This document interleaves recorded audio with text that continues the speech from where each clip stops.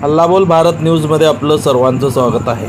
इंदापूर शहरात जेवण करण्यास गेलेल्या तरुणाचा गोळ्या झाडून निर्घृण खून करण्यात आला। अचानक गोळीबार झाल्याने एकच खळबळ उडाली। इंदापूर शहरातील जगदंबा हॉटेलमध्ये रात्री ही घटना घडली। याच घटनेतील खून करण्यात आलेला अविनाश धनवे हा मोकामधील आरोपी असल्याचे पोलीस तपासात पुढे आले आहे। तो 1 महिन्यापूर्वीच जेलमधून सुटून आला होता। या घटनेसोबत जेवायला बसलेल्या साथीदारानेच घात केल्याची माहिती आहे, अशी माहिती पोलीस अधीक्षक पंकज देशमुख यांनी दिली।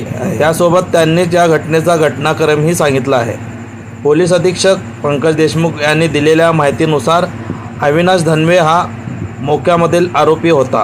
तो 1 महिन्यापूर्वी जेलमधून सुटून आला होता। पंढरपूरला जात असताना एका हॉटेलमध्ये तो जेवायला थांबला असताना त्याच्यावर गोळीबार झाला आणि त्यानंतर कोयत्याने सपासप वार करून धनवेची हत्या करण्यात आली। महत्त्वाचं म्हणजे त्याच्यासोबत असणारा जेवण करणारा पण सहकारी या कटात सहभागी असल्याची माहिती आहे।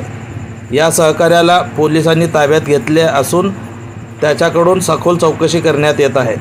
या प्रकरणात आतापर्यंत 10 आरोपींचा सहभाग असल्याचे निष्पन्न झाले आहे। त्यांच्यावर नेमके कोणते गुन्हे आहेत याची तपासणी पोलिसांकडून केली जात आहे। या आरोपींना कठोर शिक्षा होणार असल्याचं पोलिसांनी सांगितलं आहे। अविनाश धनवे हा त्यांच्या मित्रासह जगदंबा हॉटेलमध्ये जेवण्यासाठी थांबलेला होता। यावेळी अचानक दबा धरून बसलेल्या 5 ते 6 जणांनी त्याच्यावर हल्ला केला। हल्लेखोरांनी त्याच्यावर गोळ्या झाडल्या, त्यानंतर धारदार शस्त्रांनी त्यांच्यावर वार केले, त्यामुळे त्याचा जागीच मृत्यू झाला। त्यानंतर सगळीकडे खळबळ उडाली।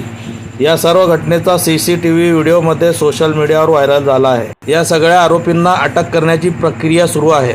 धनवेचे काही अवैध धंदे होते का किंवा ही हत्या कशातून झाली याचा तपास सध्या सुरू आहे। 10 आरोपी हे विविध गुन्ह्यांमध्ये देखील सहभागी असल्याचे पुढे आले आहे।